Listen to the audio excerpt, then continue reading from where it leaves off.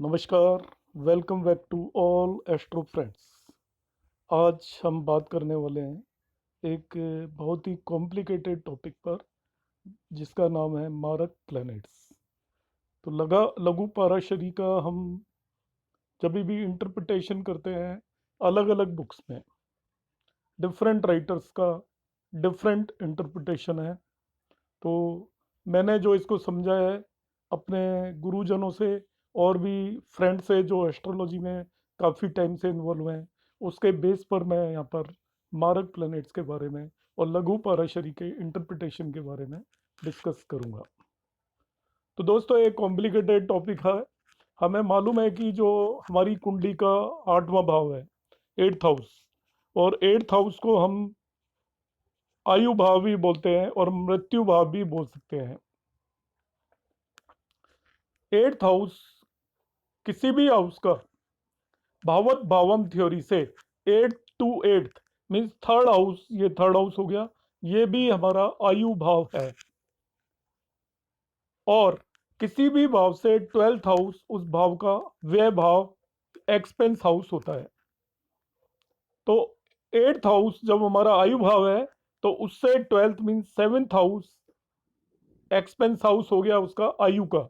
इसलिए इसको मारक भाव भी बोलते हैं, क्योंकि ये आयु को एंड करता है, इसलिए मारक भाव हो गया। इसी तरीके से क्योंकि थर्ड हाउस भावत भावम सिद्धांत के हिसाब से आयु भाव है, तो उससे 12th house that is second house is also मारक भाव।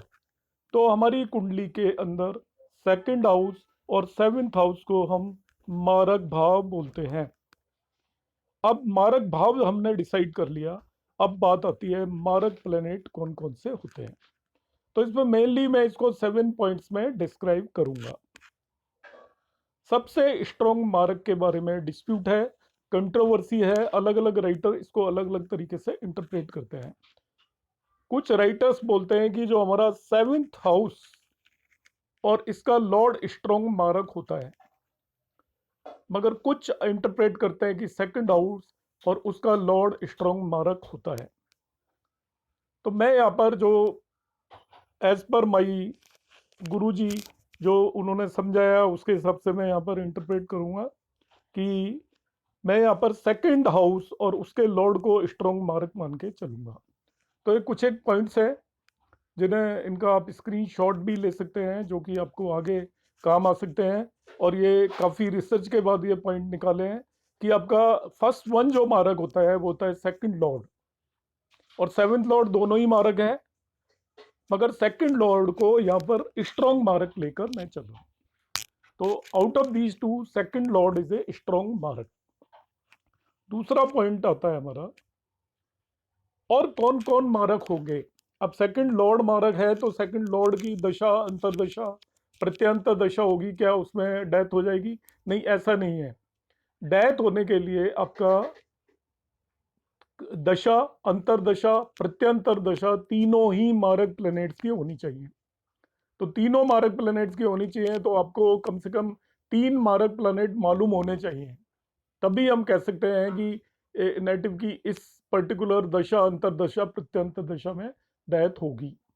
एक और पॉइंट यहाँ पे मैं पिन पॉइंट कर देता हूँ, जो भी मारक प्लेनेट है उसकी दशा हो, उसी की अंतरदशा हो, तो वो एज ए मारक बिहेव नहीं करता और वो बहुत ज़्यादा हार्म नहीं करेगा।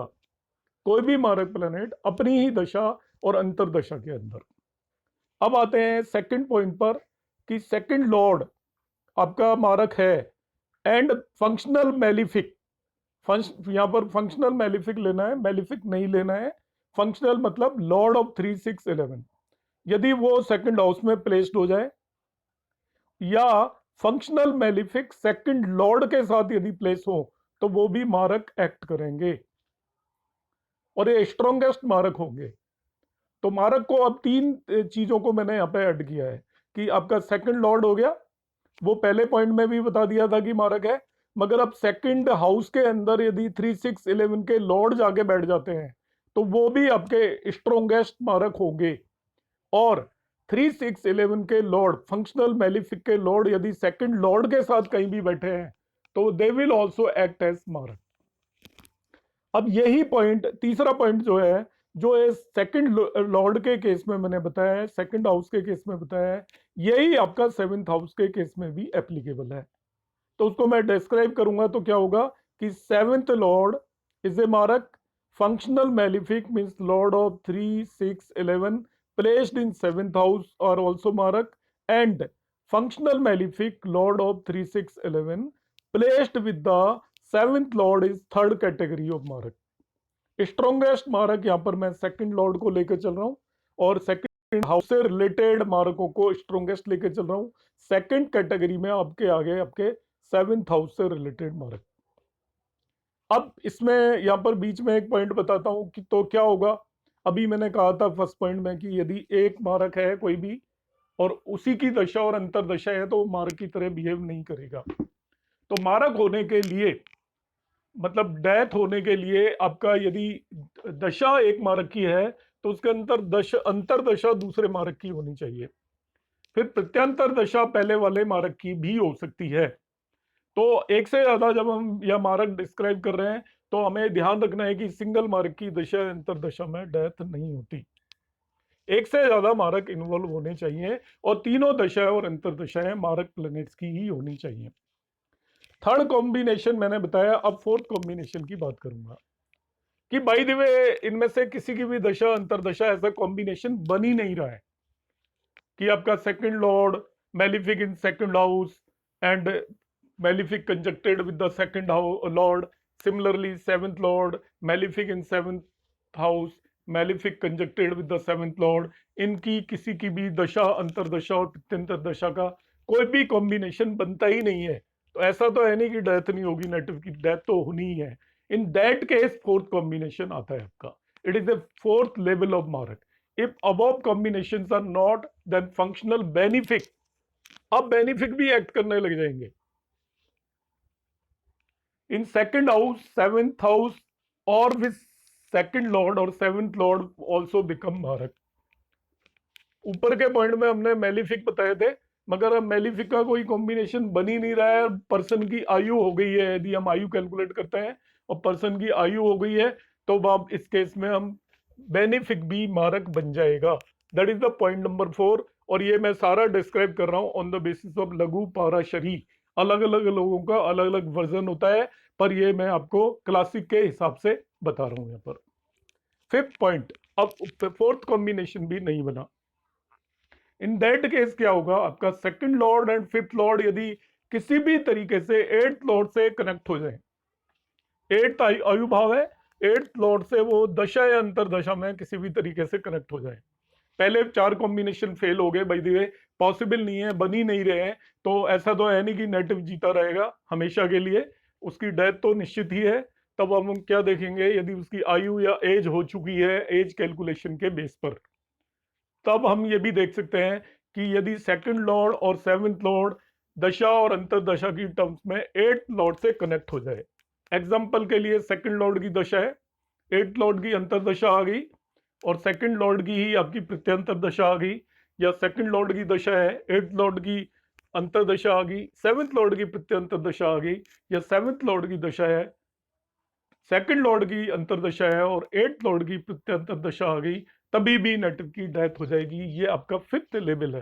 और लेवल का मतलब जो फर्स्ट लेवल है वो स्ट्रॉन्गेस्ट मार्क है, second level is the second strongest, ऐसे ही आपका डिक्रीजिंग ऑर्डर में होगा।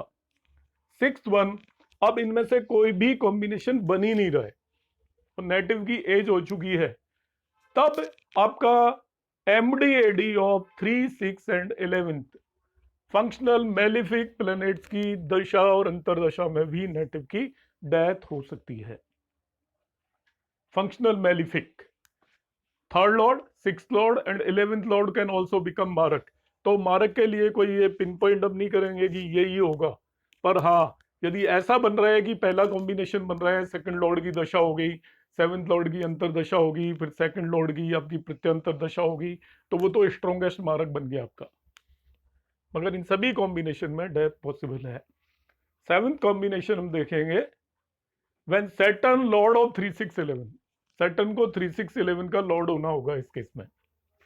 किसी के भी चार्ट में नेटिव के में सैटर्न 3 6 11 का बहुत सारे केसेस में बहुत सारे नेटिव्स और बहुत सारी लग्न के केस में सैटर्न 3 6 11 का आपका लॉर्ड होगा, क्योंकि वैसे भी डबल लॉर्डशिप है, तो सेकंड थर्ड का लॉर्ड होगा, 5 6 का लॉर्ड होगा, 10 11 का होगा, 11 12 का होगा। तो बहुत तरीके से it can be the Lord of 3 6 and 11, और मोस्ट ऑफ द केसेस में इन दोनों में से किसी न किसी का लॉर्ड होता ही होता है सैटर्न, और वो रिलेटेड हो जाए to the mark second lord और सेवेंथ लॉर्ड, दोनों के साथ कंजक्ट हो जाए, एस्पेक्ट हो जाए, और यदि वो सेकंड हाउस में खुद जाके बैठ जाए, सेकंड और सेवेंथ हाउस में, means it is Lord of 3 6 11 Saturn, और वो सेकंड लॉर्ड या सेवेंथ लॉर्ड से कंजक्ट हो जाए या रिलेट हो जाए, संबंधी हो जाए किसी भी तरीके से, या फिर वो सेकंड हाउस और सेवेंथ हाउस में जाके खुद ही प्लेस हो जाए, तो ये फर्स्ट कैटेगरी से भी ज्यादा स्ट्रोंगेस्ट मारक हो जाएगा। मतलब दिस इज द स्ट्रोंगेस्ट मारक। यदि हमसे पूछा जाए कि स्ट्रोंगेस्ट मारक कौन है, तो यदि वो सैटर्न 3 6 11 का लॉर्ड है और वो सेकंड हाउस या सेवेंथ हाउस में जाके बैठ गया, तो उससे स्ट्रोंगर मारक कोई भी नहीं होगा पूरे चार्ट में। मगर फिर वही बात है कि आपका कोई भी मारक अपनी ही दशा और अंतरदशा में डेथ नहीं देता। इसमें एक से ज्यादा मारकों की दशा, अंतरदशा और प्रत्यंतर दशा होनी चाहिए, क्रॉस कॉम्बिनेशन होने चाहिए, सेम कॉम्बिनेशन नहीं होना चाहिए, देन ओनली डेथ होती है। So that is not, death is not possible in MD AD of same mark. तो ये मैंने आपको अभी जो एक्सप्लेन किया है, it is on the basis of Laghu पारा शरी। तो आई होप आप लोगों को ये समझ में आया होगा, और in case of any doubts आप कमेंट बॉक्स में कमेंट भेजिए, I will try to resolve your doubts. Thanks friends.